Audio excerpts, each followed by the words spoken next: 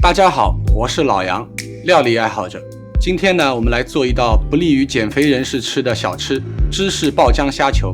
这道菜呢，它表皮金黄酥脆，咬一口你可以吃到爆浆的芝士和软绵的土豆泥。首先呢，我们来处理虾，把整虾剥壳，去沙线，只保留虾尾部分，放入盐和胡椒粉，拌匀，腌制15分钟。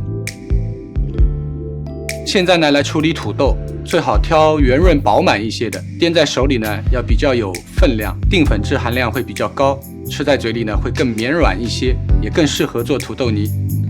把削好皮的土豆切片，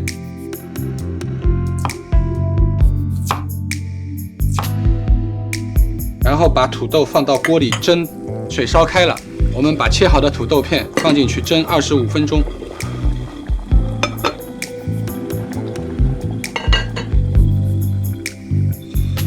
好了，现在土豆蒸好了，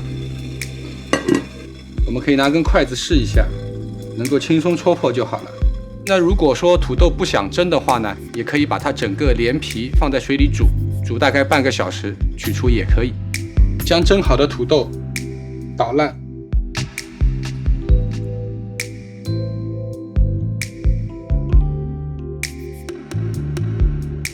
加入盐和黑胡椒，给它搅拌均匀。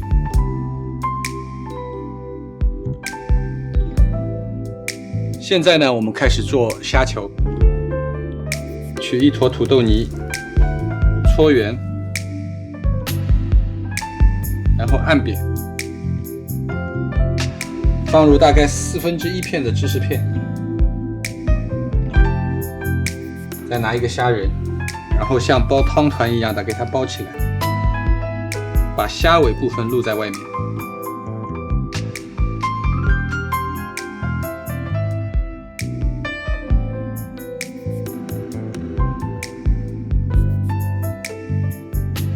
接下来呢，我们就准备滚上生粉、鸡蛋和面包糠，油炸。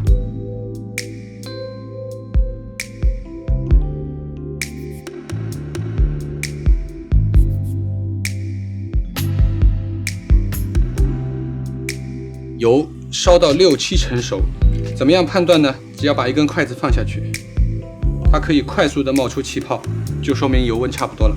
炸这个呢，一定要油多，要能够没过虾球，不然的话容易有的地方焦。现在把虾球放入，把油温调到中小火，炸到表面金黄就可以出锅了。